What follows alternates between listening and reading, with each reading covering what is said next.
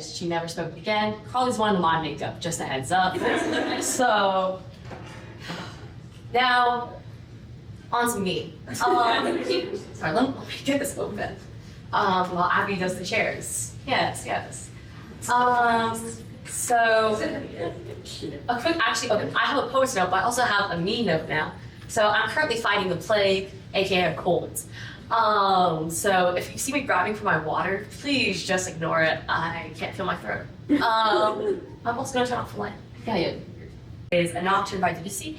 It's Nuage. It's actually inspired by this painting. So, okay. So now a note from Celine. Okay. Sorry, my big binder versus this big laptop. Okay. So a note from the poet. So the title of this poem, L'éphémère, comes from the French word éphémère, meaning ephemeral or of a short-lived nature. My original inspiration for this piece was a song, Some Girls Are Bigger Than Others by the Smiths, which I actually do reference in the first stanza of the song, but particularly the lyrics, as Antony said to Cleopatra as he opened to create an ale, "Oh, I say, some girls are bigger than others." When paired with the melancholic guitar riff, it always felt like I was being welcomed home, despite being a moment that passed so long ago in antiquity. Of course, I can't just write a poem on the Smiths, not yet. But I have felt this strange pull before, during my return to Cape Sunion's temple. If you're familiar with the myth, Cape Sunion marks the spot where King Aegeus jumped into the sea, mistakenly believing that his son Theseus had died, hence we now have the Aegean Sea. You've probably noticed this piece's title it's a little different from the original spelling. It's more than just a typo, so please no grammar lectures pour les bonbons. But by removing an accent and a letter, l'éphémère becomes l'éphémère, mère meaning the sea. Like the Smiths, l'éphémère captures a miscalled home and combines the permanent and the temporal to create a fleeting feeling of being found. One final French note, sorry. Mayflies are also known as les éphémères due to their infamously short lifespan, where after they reach adulthood, they have about a day or so to truly live. So don't ask them their 5-year plan, obviously. But with all that said, this is l'éphémère, and a neighboring cove. Echoes, acoustics, and amplification alike. Each breath and note, suspended by the anticipation of drifting into another afternoon slumber, really clapping against the window as if it itself was also plagued. She wasn't sick or dying, no, just tired. Since the ruined housemates had mutinied and held the decorated island calm hostage, demanding her fleeting attention, only to be scrutinized by Artemis's cold marble gaze. In the silencing harmony, all voices rang with a reminder of her failed pilgrimage and ached for the devotion that they required. Though, in her defense, she hadn't failed, rather forgotten. Her satin pillow chambers flooded the dreams like shell suns at plea. Brought to her ear, she could hear the distant call of the summer's rosy long. In front of the sunlit Sunian temple, I laughed and leisured in the waters adjoining the sea's ruins. To me, it was a city of slumbers and dreams, my refuge from headmasters and their rituals. I swam closer to the warm evening lights. As I walked from the shore, the beads of sweat and water lifted from their vessel, leaving a dewy glow and a sponged mine. The sea's foam layered with the salted drops of exertion and exhaustion to form a shapeless garment of pearls, lace, and the water's soft embrace. I followed to where the sand met cobblestone streets and winded through the town, a tempo with my slowing pulse.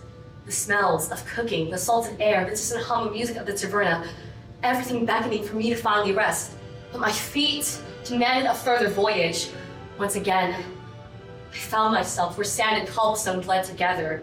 But as I climbed its path, I only then realized that the waves had lost their crescendo and began to shusha in the temple's shadow. Only at the path's peak could I truly hear the waves, eternal whispers and murmurs, each breath and pause, like an apathetic mother's sigh. Trembling in their stupor, my feet lost their marching bravado and quietly sank in the swelling sand. The wind's hand pushed the small of my back forward, seemingly demanding a bow of respect.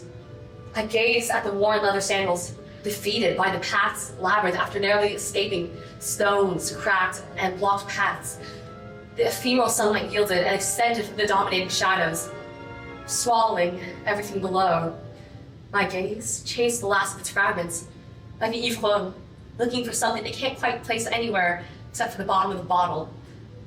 Drinking up every last drop of this site's Doric appearance and aesthetics, reminiscing of my first visit 7 years ago, when I first learned to ask for more.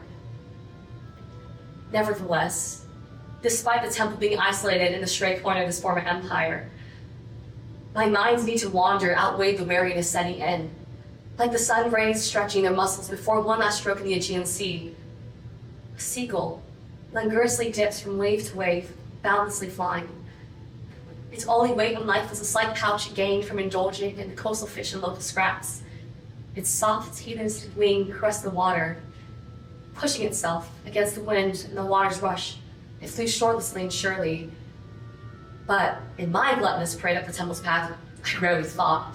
I was only made an instrument of the guiding marionette strings, stringendo, plucking and pulling a hollow, restless chord.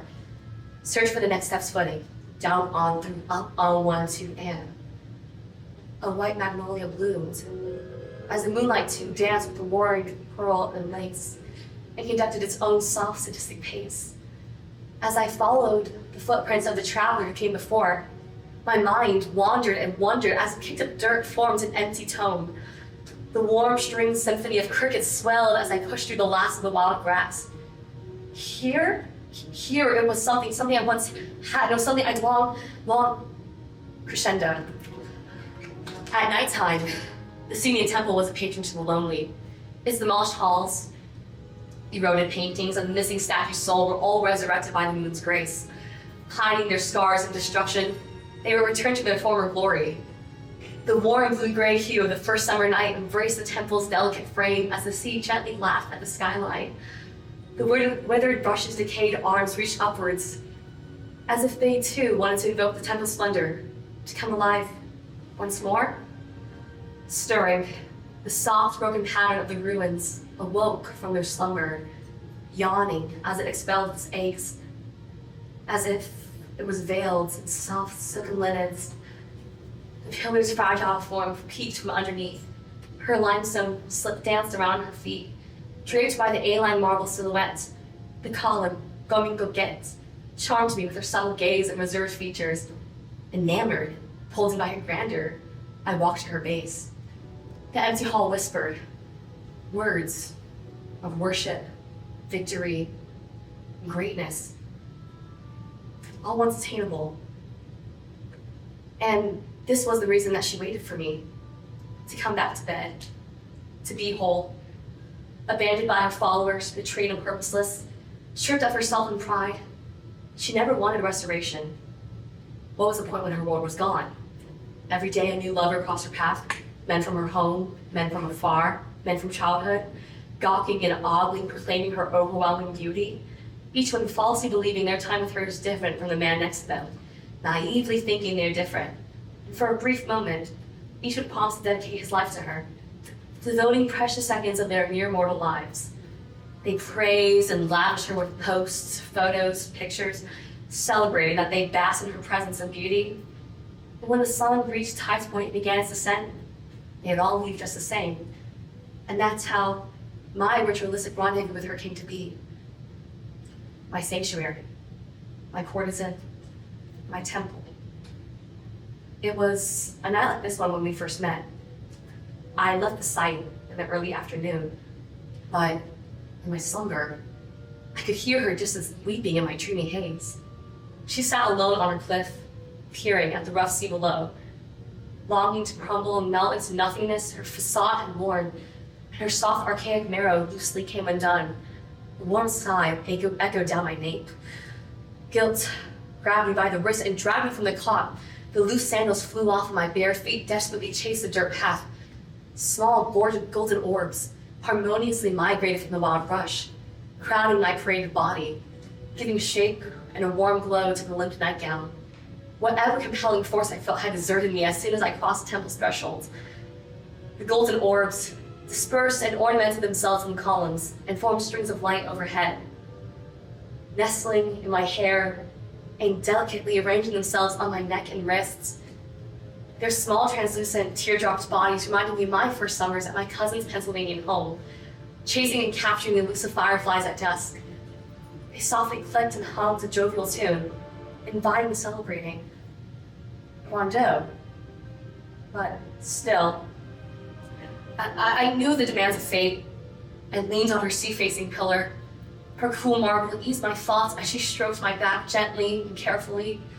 The morning fog lazily rolled in, unplagued by the impending ennui of the day. Garish pinks and oranges beamed through the cracks and bled through my summer dream. Lifting my rosy fingertips to spare a moment, they faltered and the light entered. In that brief moment, I could see the whole shore with my sea glass kaleidoscope. The smells of morning cooking floated to the top of Kate's Peak, and I could hear faint voices from the bottom of the trail, unbothered, bored, waiting for the temple to open her heart to them. Upturned and gazing at the cruel blue sky, harsher than any dusk I've ever seen. The reflected fragments of the sea bounced and convorted, waiting for the restless morning swimmers. If I turned around, I knew she'd be gone. Her exterior had been hardening, and the music had dissolved into a diminuendo. Until it had reached for my dream was her. And in her absence, I wake. The once decadent fireflies were now distorted and dull, yet their small, failing bodies swarmed the pillar and granted just one more moment.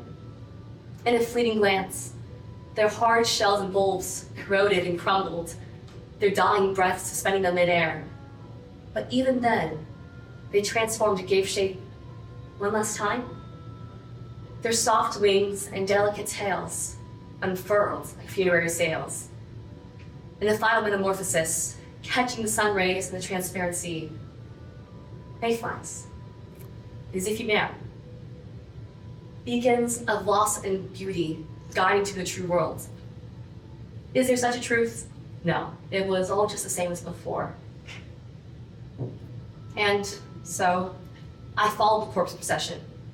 There was no dance or waltz, just the rhythm of a stagnant beating heart. The path was already warm from the morning sun, and I could feel the soles of my feet burning with disdain. A low hum escaped from my parched lips and was lost in the coastal winds, only to hear its faint echo swing in and out. I couldn't return to her. Not this time. And so, I walked until the land met the sea. At the top of her cliff, I peered at the smooth sea below, the mayflies, dutifully answering the call back home. One by one, rained onto the aching Aegean Sea, all while the waves welcomed the same grief and longing as eternalized by the same myth from so many years ago, whispering and waiting, as if I had nothing left. Thank you.